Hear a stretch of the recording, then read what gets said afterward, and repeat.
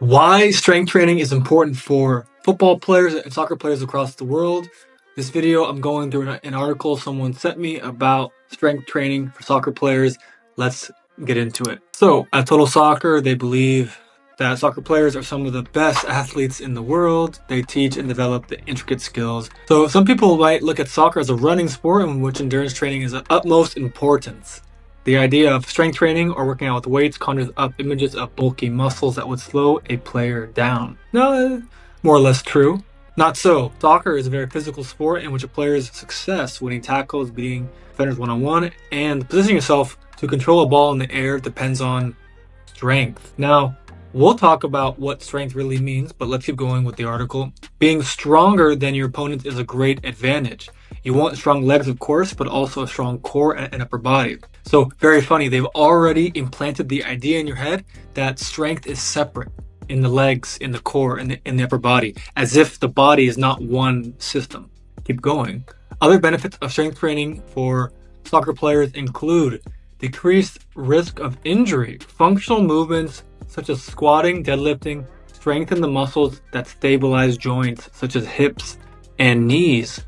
And we know how knee injuries affect soccer players. So this largely is just an empty statement. It doesn't really mean like functional movements such as squatting. Well, you don't squat in football. You don't deadlift in football. So any strengthening of muscles that stabilize joints, such as hips and knees, are not related to running. And even the idea that movements like squatting and deadlifting with weights strengthens muscles, what does actually that mean? What does it mean to strengthen a muscle? Does it mean to just increase muscle hypertrophy, increasing the size of each individual muscle fiber? Or does it mean you're increasing the coordination of muscles across the body so they can work better together and coordinate larger movements of strength, of power to lift or push, a weight? Those are kind of these kind of statements, they're very like generic and they sound good to someone that has no idea what they're talking about and they just want to like be told something to believe. But in reality, you just doing a functional, what does that mean?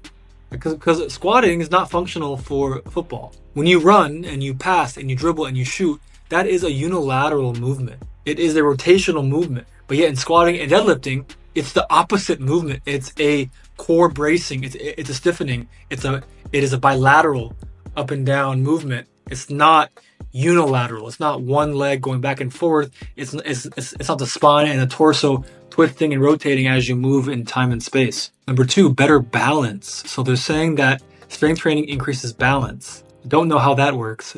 Developing strength enables a player to better control his or her body. How?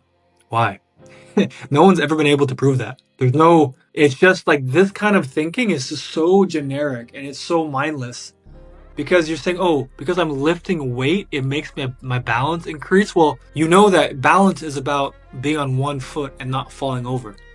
So you squatting does not improve that, and actually it probably builds on any foundation or dysfunction that you have that could be leading to poor balance in the first place. And then number 3, more powerful movement, striking the ball, changing direction on the field, making a saving goal, heading the ball. All of these skills require explosive power, and the definition of power is strength plus speed. Interesting. So they're saying that if you do bodybuilding, which squatting and deadlifting are, which increases muscle hypertrophy, which means increasing the size of individual muscle fibers, it does not mean creating more or recruiting more fast twitch muscle fibers. Somehow bodybuilding is going to increase explosive power simply because they're telling you that the definition of power is strength plus speed. So where's the speed in that equation? And on top of that, it's like people have no idea what strength truly is because they don't realize that 50% of strength is coordination, and that bilateral lifting has been proven to decrease coordination. So thus you're becoming weaker, not more powerful. So going forward, it's important to note that in order to build strength, you don't need to lift heavy weights. Light barbell, dumbbell, and kettlebell lifts, and even simple bodyweight exercises can go a long way to strengthen the legs, arms, and most important, the core. So again, they're implanting that idea in your head that somehow strength is separate in the legs and the arms and the core, and that the body is not one single unit, one holistic, comprehensive, integrated body, which every single top athlete in every single sport, the one and only thing that truly differentiates them from an average athlete is that their body is more integrated via the fascia. These kind of articles are so far behind true sports science and true understanding of performance.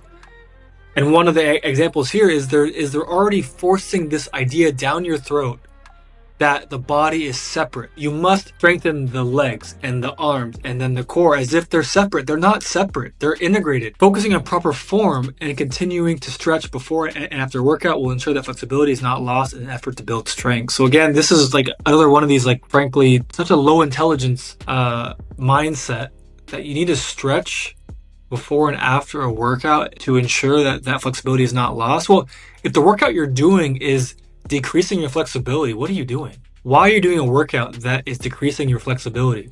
Any workout you do should make you more athletic.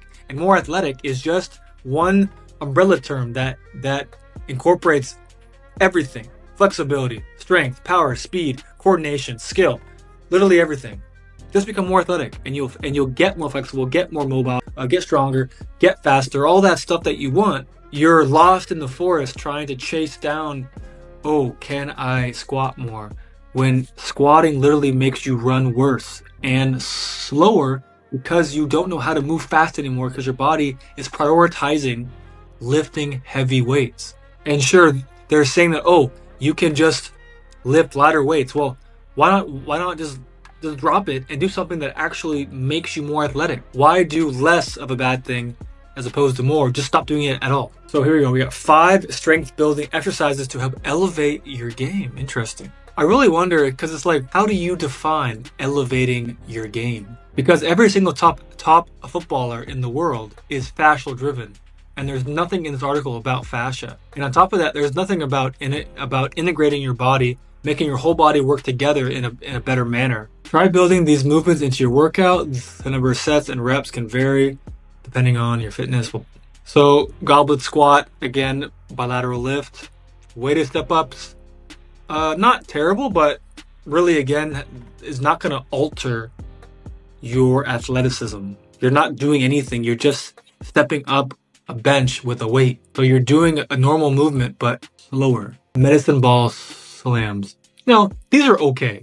Like, it's not those are fine exercises, but it doesn't, well, one, it doesn't develop strength. That's more of a power. And 2, again, like I mentioned in the first thing, is it doesn't change how your body is functioning. And how I mean is that how your brain chooses to execute the skill of a medicine ball slam or running or jumping or shooting. That is how you change athleticism, by how your body performs in action. Not by just doing the same thing over and over again, but with the same software. You know what I mean? Like, imagine having a computer and wanting the computer to go faster, but you just keep running the same program over and over and over again, expecting it to go faster, but you're not changing how the computer works. You aren't upgrading the software itself. You aren't installing better drivers in the motherboard. Like, like you aren't changing how the thing works, and you're just like expecting it to get faster by just running the same program over and over again. And that's what basically all footballers across the world are doing, is they're not changing their athleticism. They're not improving their nervous system. They're not actually altering anything, and they're just doing more of the same, expecting different results. That, again, is the definition of insanity. Dumbbell rows, okay, that's bodybuilding. Resistance band work, that's basically just doing the same stuff, but with the lower resistance. I don't know how that doesn't change, again, like the paradigm that we're operating from. Committing to a well-rounded training regimen will help you make you the best soccer player you can be. Playing at an elite level takes a lot of hard work, but anyone who loves the game knows it's worth the effort. Now, I think that's the only accurate statement in this whole article. So guys, that was kind of like the super typical nonsense that is shoved down the throats of young and even adult professional football is all this generic crap that has no bearing on reality, has no understanding of how can I sprint better? How can I utilize more muscle fibers? How can my nervous system coordinate my body better? How can I actually use my whole system together as opposed to being a bunch of separate muscles? The brain does not even recognize muscles. The whole idea of like the hamstring and the quad and the hip flexor and the glute, those are human constructs. We created those terms to help us understand what the body is. But the brain, all it knows is patterns of movement. You need to improve your coordination, and that will unlock the power that your muscles truly do have. And the way you do that is through your fascial system. So hope that this review of this article was helpful, guys. In the comments, let me know what you think, and I'll see you on the next one. Talk soon.